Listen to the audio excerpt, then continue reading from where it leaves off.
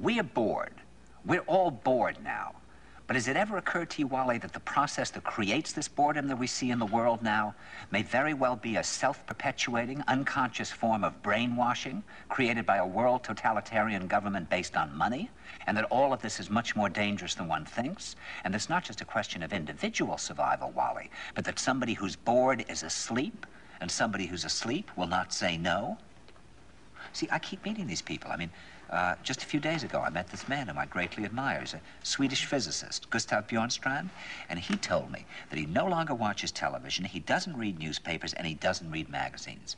He's completely cut them out of his life because he really does feel that we're living in some kind of Orwellian nightmare now, and that everything that you hear now contributes to turning you into a robot.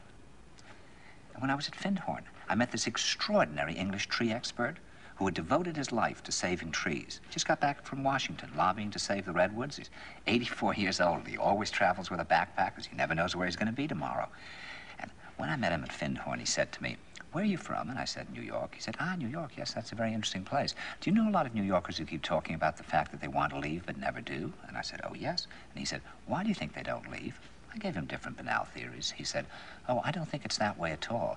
He said, "I think that New York is the new model for the new concentration camp, where the camp has been built by the inmates themselves, and the inmates are the guards, and they have this pride in this thing they've built. They've built their own prison, and so they exist in a state of schizophrenia, where they are both guards and prisoners, and as a result, they no longer have, having been lobotomized, the capacity to leave the prison they've made, or to even see it as a prison."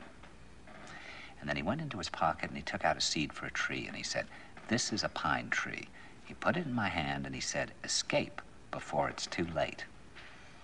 See, actually for 2 or 3 years now, Chiquita and I have had this very unpleasant feeling that we really should get out. And we really should feel like Jews in Germany in the late 30s. Get out of here. Of course, the problem is where to go, because it seems quite obvious that the whole world is going in the same direction.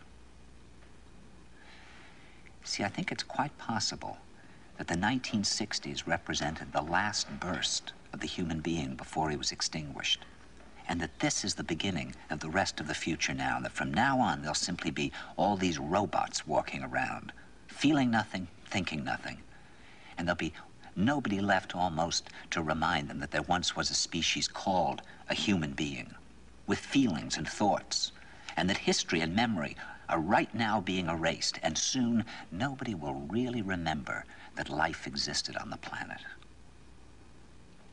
Now, of course, Bjornstrand feels that there's really almost no hope, and that we're probably going back to a very savage, lawless, terrifying period.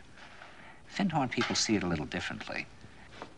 They're feeling that there'll be these pockets of light springing up in different parts of the world, and that these will be, in a way, invisible planets on this planet. And that as we, or the world, grow colder, we can take invisible space journeys to these different planets, refuel for what it is we need to do on the planet itself, and come back. And it's their feeling that there have to be centers now where people can come and reconstruct a new future for the world. And when I was talking to Gustav Bjornstrand, he was saying that actually these centers are growing up everywhere now. And that what they're trying to do, which is what Findhorn was trying to do, and in a way, what I was trying to do. I mean, these things can't be given names, but in a way, these are all attempts at creating a new kind of school or a new kind of monastery.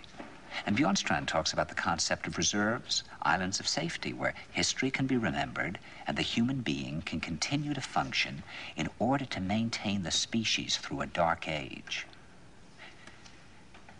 In other words, we're talking about an underground, which did exist in a different way during the Dark Ages among the mystical orders of the Church. And the purpose of this underground is to find out how to preserve the light, life, the culture, how to keep things living.